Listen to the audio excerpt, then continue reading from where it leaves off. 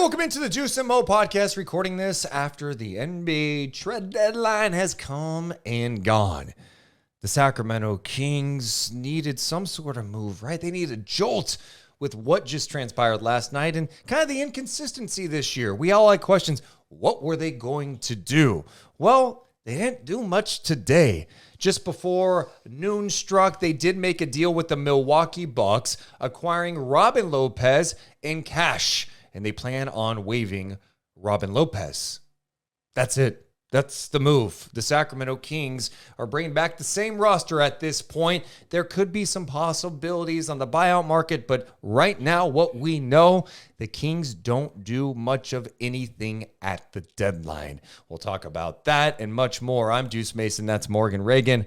Mo, I'm disappointed. I'm really disappointed. I said to you in the weeks leading up that I didn't need some big swing or anything like that. Mm-hmm. But I needed something more impactful than Kessler Edwards.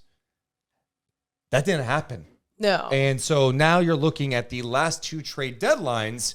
The Kings have made a couple of moves, and it's consisted of last deadline, Kessler Edwards, and this deadline, getting Robin Lopez in cash to waive him. I think you are not giving cash enough credit here, because when you get richer, everything's just easier in life. I'm kidding.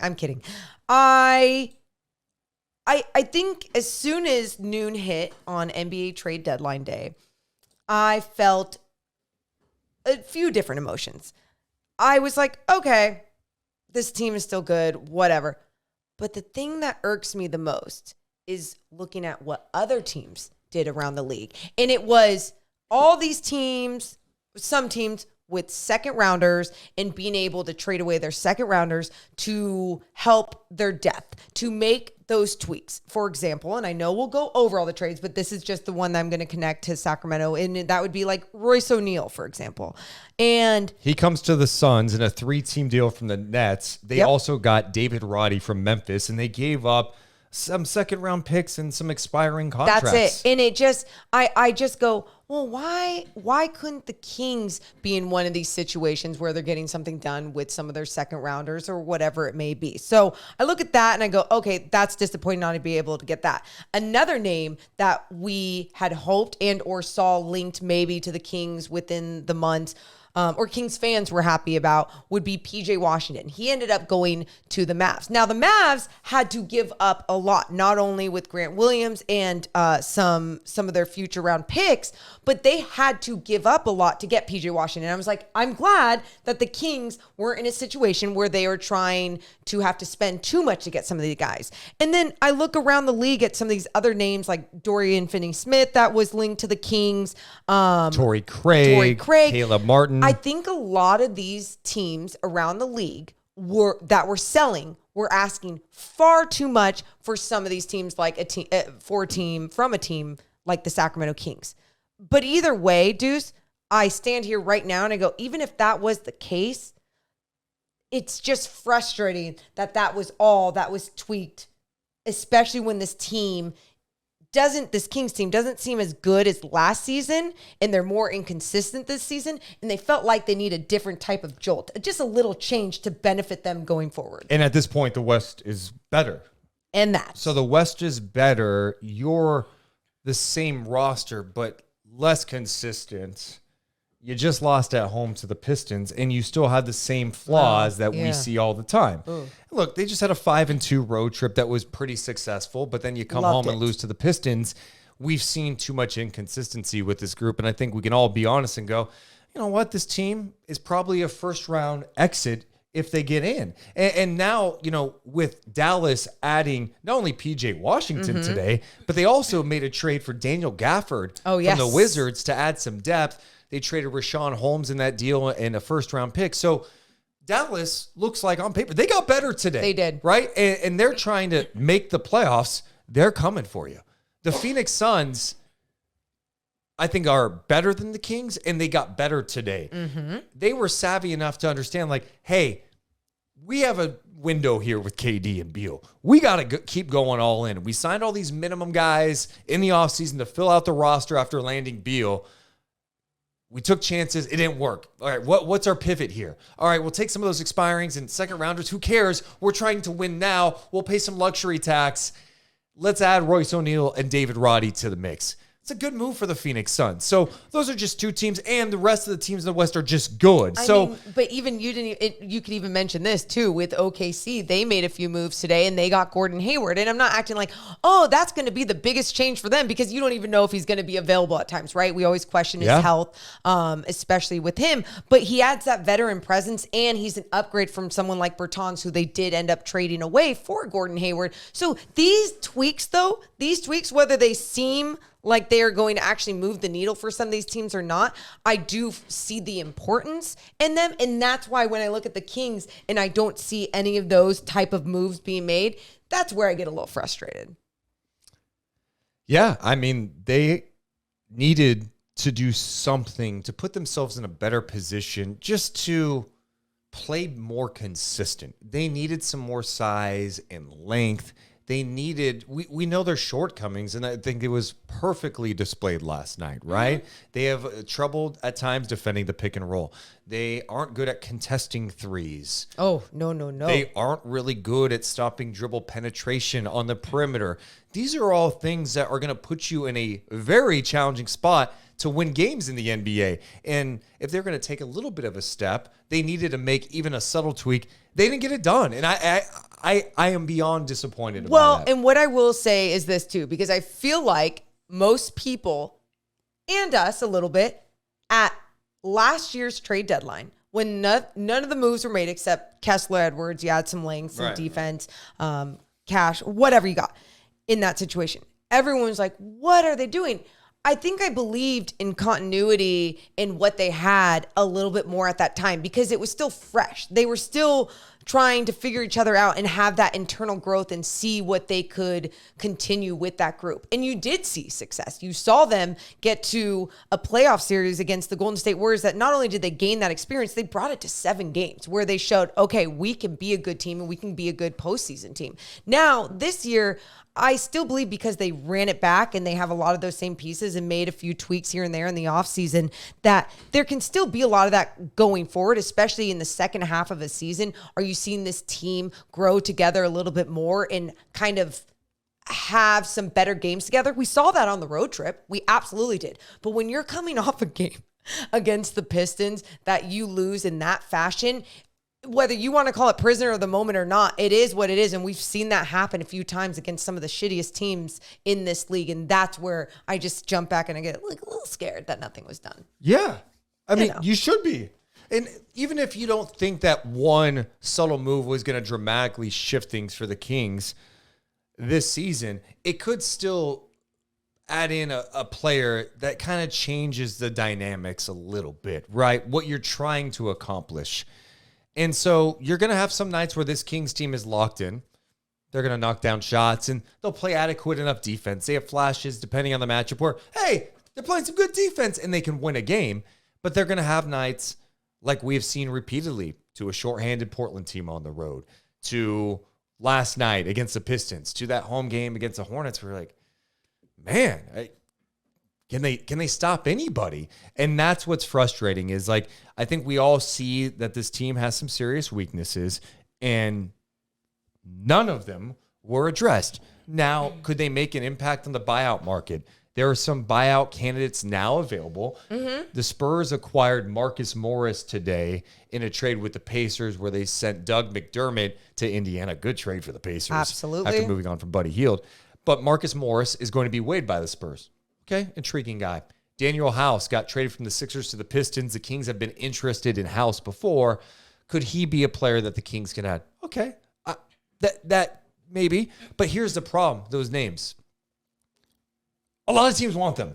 Contenders want them. Contenders. So that's where, you're going to have competition. We always talk about the buyout market. It's like, yeah, but you watch a lot of these buyouts. It's They're going to want to play with LeBron. They're going to want to play with Steph. They're going to want to play, that's where some of these teams with those top tier caliber players, star players, LeBron James, Steph Curry, these players go, well, if I could add and win my ring with them, why wouldn't I do that? You know, why, even if it is on a cheaper deal, is this the situation I want to be in? No, you're exactly right. And that's going to be frustrating too going forward. And you just hope sometimes there's some people who look at a system and go, wow, I actually could see myself a future here and being part of this system because this is fun basketball and this team is actually winning.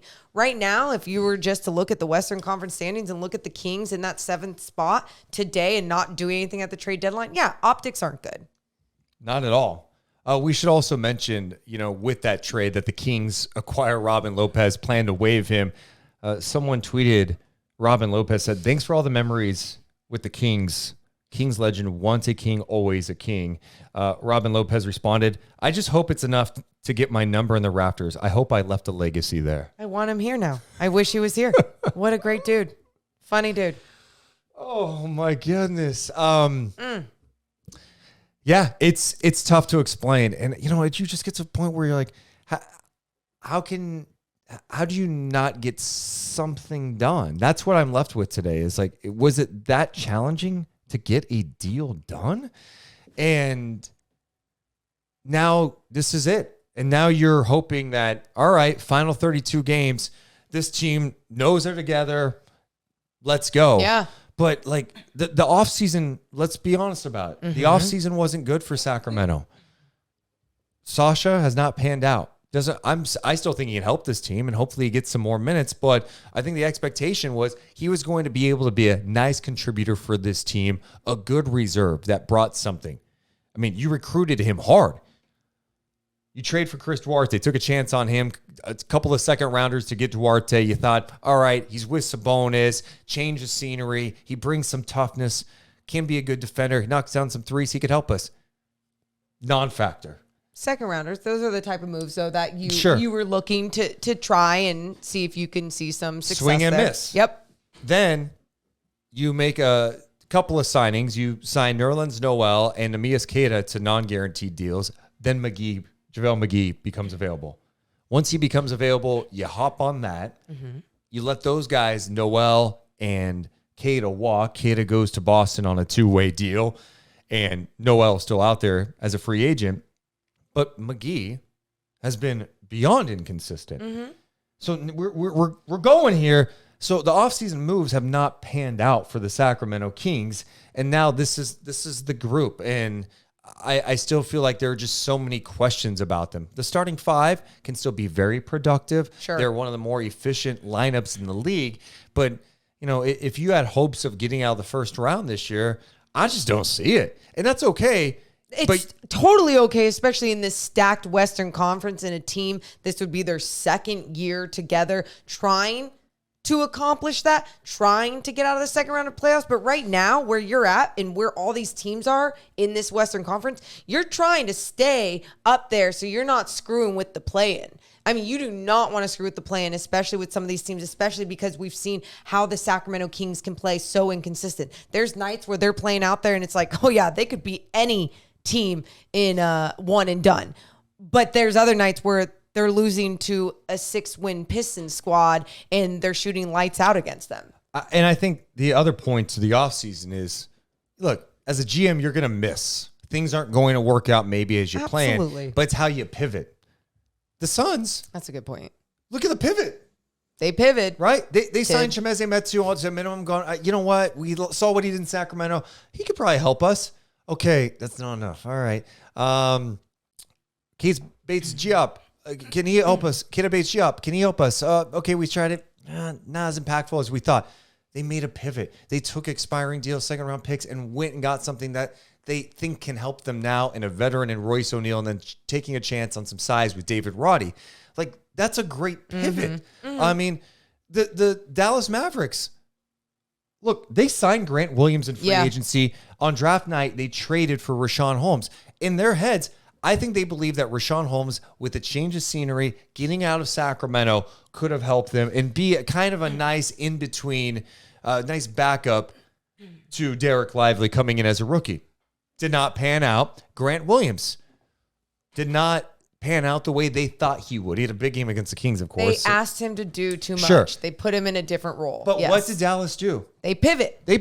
And that, they turned that in, and they had to give up a first-round pick, top 2, protected in 2027 to get P.J. Washington. But P.J. Washington should fit well with them. He could score. He's got good size, good length. Then you need a good backup that could protect the rim. Well, Daniel Gafford is that. And they got him today. So you make moves sometimes in the offseason that don't work out. It's about, all right, what's that next move? So the Kings made these moves in the offseason that did not pan out. There was no pivot made. And so now you've got teams behind you that look like they've improved. On top of that, the teams ahead of you it's daunting. So this is where the Kings are at. And my big takeaway after today is, I'm disappointed that they could not get anything done. It just seems impossible that you couldn't get anything. Here's what I think. I mean, obviously, because I think if we could be in all of these rooms and have a little camera, it'd be so fun to see. Sure. And sometimes I'm curious if the Kings were going after bigger names like a Dorian Finney-Smith, bigger, whatever tier you want to put that in, Dorian Finney-Smith status, and they were asking too much, right? And it was too expensive. And so they're so focused on that as the trade deadline is going on, and then a deal's not getting done, and all these other little pieces are getting done, or tweaks are getting done around you with other teams in the Western Conference, that you've been focusing on this deal, trying to make it happen, thinking that you were going to get it done when really you couldn't even get that done. And how many times are we talking about just something not getting done? Where I'll say this too, because I said that one time to whether it was Mark Stein or whoever else, and they're like, well, if you look at this front office and Monty and Wes, and since their time being there, they've made, it was like over 15 trades or moves or whatever it may be. So they've been aggressive, and they're always talking about how they're aggressive on the phones, but it's just making it happen though. How do you make it happen? And I get you don't want to get screwed over. You don't want to make a move out of fear, but how can you just make that tweak happen so this team can just pivot in a different direction, right? Pivot toward a different type of success, especially when you're not seeing some of these other moves pan out from the offseason. I've also maintained that the big swing that they could probably take is next offseason. The first round pick that they owe Atlanta should convey. All right. Yes. Once that conveys, that gives you the flexibility to trade your future picks and be aggressive. And you've got some manageable salaries. That's the good news for Sacramento, is like their contract situation, their cap is not a mess. They have their picks. They can do something in the offseason. It seems like every year there are multiple star players who become available. Can the Kings get in the mix? Now, with that said, OKC has more picks than anybody. The Utah Jazz got another first-round pick today. They've got a ton of picks. There's going to be competition. So that's the whole challenging part of this. And so, big picture-wise, the Kings' big swing was probably going to happen this coming offseason. But I'm just really surprised they were not able to get something else done today. Do you think they needed some juice? They needed something That's different. it. Is that why you're more disappointed? Because even last season, what my fear was at trade deadline when nothing was really done, it was other teams in the Western Conference getting better. What the Lakers were doing, I was worried about. What all these other teams, I was just like, I'm worried about them getting better. And the Kings are finally there, and now these teams are going to take a leap over them. That didn't end up happening. Hell yeah. Glad everything panned out that way. Tweaks were made in this offseason, like you talked about, and they're not panning out. And now you're seeing the other teams in the Western Conference with their moves not panning out. They are all pivoting. Kings did not pivot at this trade deadline. Do you think there's still a chance that, like, even if they don't have that juice, that they can find that juice within internally and like make a different type of push in this second half of the season, even though it's like game 51 coming up? Yeah, I mean, they played better on that road trip. It's just they played really well. That's fine. But the last 2 games, they have not. No. One was to an elite team in the East. Yep. And one was to a dog shit team in the East. So, like, the dog shit this team. is what this team has been. And look, expectations changes everyone's perspective. This year was never going to feel as good as last year because last year was a surprise. It was fun. Kings had the number 1 offense. And even though if they had warts, you didn't care because it was like, well, we're here. We're in the dance. Where this year felt like, can you take a step? Can you be better? We're bringing this group back with the idea that continuity is going to help the defense improve and that the offense will click more. And the offense won't even be an issue. We'll still be a top 5 offense. The offense has dipped, and everyone else's offense has gone up, up. Yes. You know, the Kings set the mark for the best offensive rating in NBA history. That gets blown apart every year. The year before that was Dallas. Then it was Sacramento. This year it's Indiana, Milwaukee. All these teams have surpassed Sacramento's record-setting offense of last year. So you bring that back, higher expectations. And on top of that, you know, let's be fair. Mike Brown was talking about like, hey, we have championship expectations. Okay. Well, they don't have a championship team. I didn't have those expectations. I never did. My thought is, could you get to the second round this year? That would be a good goal. It's hard to even see that right now. Yeah. So you bet on continuity. You bet on another year together. It'd be better. Sure. It could still work out. And to your point, maybe that magic's able to come back. Yeah. If you're looking at today from, all right, I'm trying to talk myself into this shit because they didn't make a deal and they got cash considerations. You're probably thinking, okay, everyone now knows they're safe. This is the team going forward. Right. We get the All-Star break. We're feeling good, rested. Everyone's healthy. Hopefully Keegan can really take a jump. Hopefully they can get more consistency. Sasha's back and healthy. He can find a legit role in the rotation, and things could click again just like old times. Do you think the Pascal stuff that was going on especially with the names being involved in Harrison Barnes, Kevin Huerter, and Davion Mitchell, do you think that's going to screw with them and their mentalities going forward? You know how that can like screw with the spark, the joy? And I get it's the business and you're like, hey, get that out of your mind. I totally get that. But do you think that's going to be something going forward? Or do you think that's something that they can like bottle up, shut it up, and like, let's effing go? I think as an NBA player, it's probably distracting to see your name and rumors and all that stuff, but now it's over and you go play. That's what you can do. You can control. You have 32 games to go. And it's a fragile point, right? Like you got a tough schedule coming up here after this Pistons game, right? You've got Denver on Friday. You go on the road to OKC. You've got Phoenix and Denver before the break. You played Denver 3 times this month. This month is really challenging. And then you have a ton of home games in March. So you hope that last night is the low point that you come out of and you wake up. But the problem I have is like I feel like there's been too many of those low points. Where I'm like, all right, come out and wake up. And that's the time. This has to be the time if you're going to make a move. You don't really want to be a play-in team. A 1-game play-in is just scary. Especially in this conference. Look, everyone's going to bring up, hey, look at what Miami did last year. They lost their first play-in game. They won the next, and they ended up going to the NBA Finals.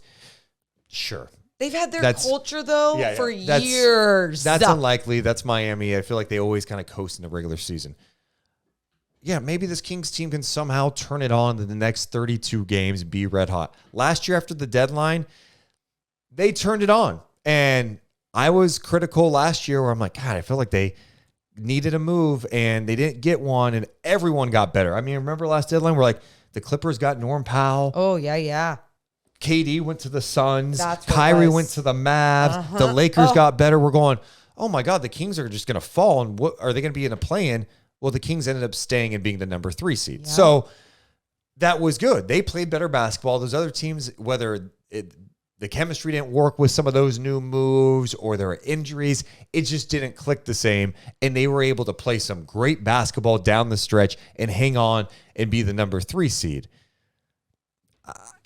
Okay. I mean, I feel like that's, you're hoping a little bit for that to happen again. Yeah. And that's where it's disappointing. You know, I just, when especially if you take on a playoff series, it's like, all right, you mentioned this earlier. You have to play the Clippers. If you get into the first round, you play the Clippers. Shit. Oh, You don't have the horses, right? And on top of that, I mean, you look down the line too, and you go, "What are some of these other teams going to get in the buyout markets?" I mean, we talked about that in the beginning of this podcast. The Lakers, the Warriors, and what if you're facing them, and then they've also improved with some pieces in the buyout market, and their guys are healthy. This season feels like it could go two directions. It doesn't feel like it's going to be really in the middle where people are like, yeah, that's okay. It's going to either be that was disappointing or like, okay, glad we got there again. Glad we got that experience again. Still out in the first round of playoffs, but like they got better as a team together, or their defense kept improving throughout the year.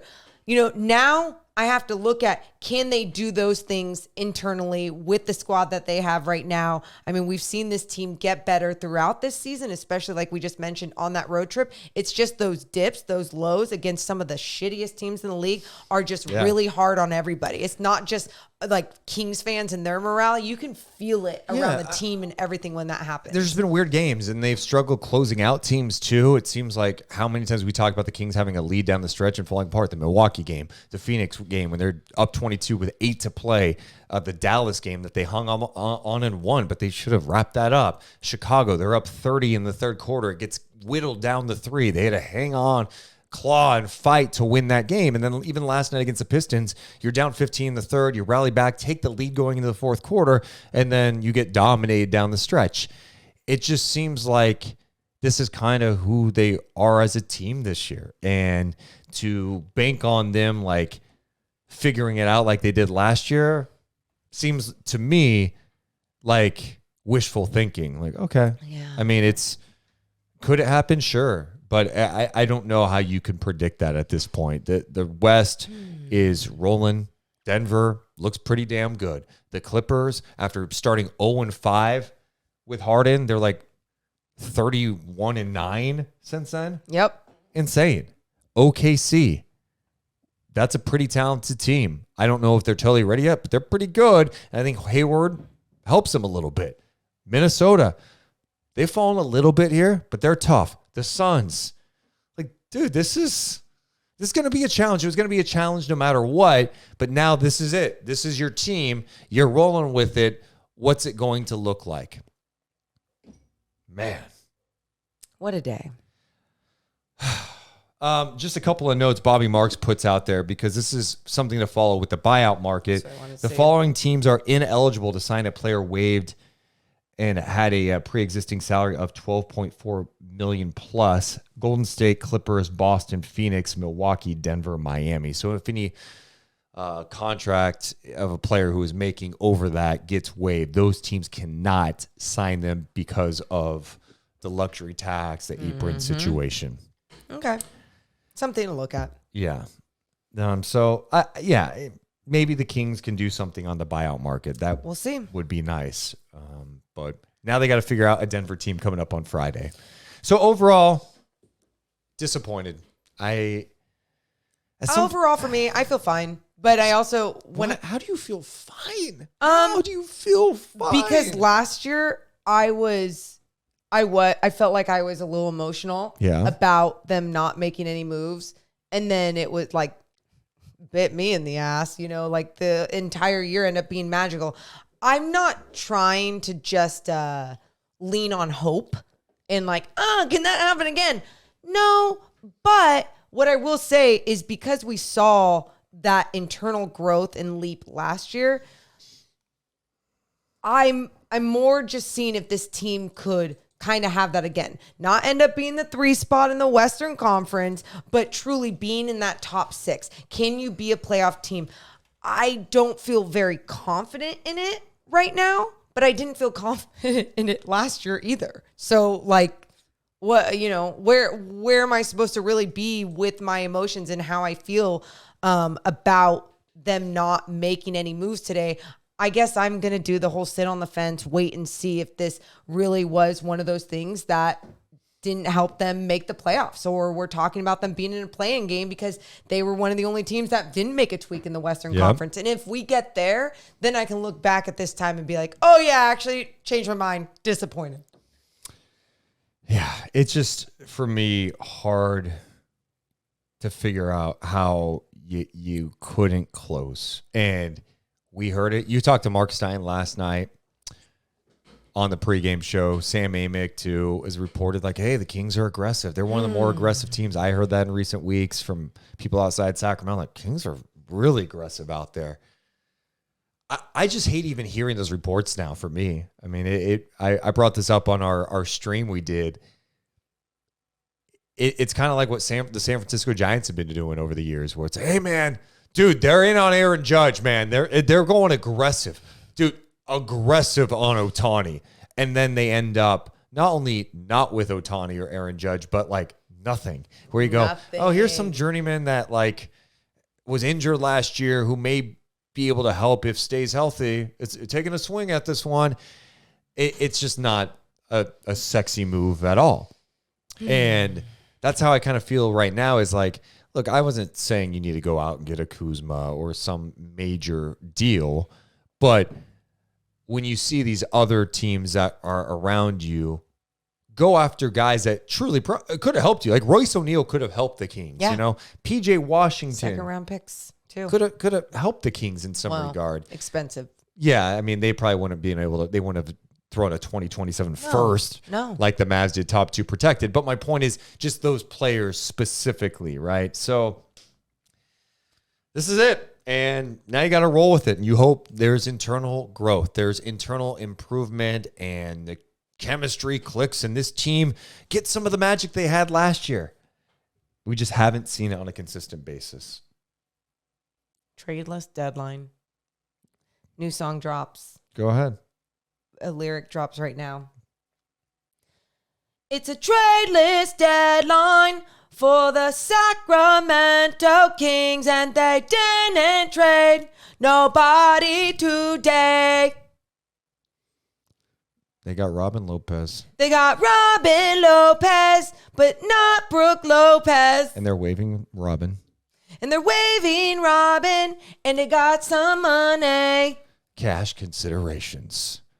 I think before we end, we got to just take some time and appreciate that cash considerations is back. Oh, It's back with the Kings. I've been a part of the Kings multiple times over the years since like 07, 08. you can't go wrong with cash. A vet, you know. Truly. You know what cash can do?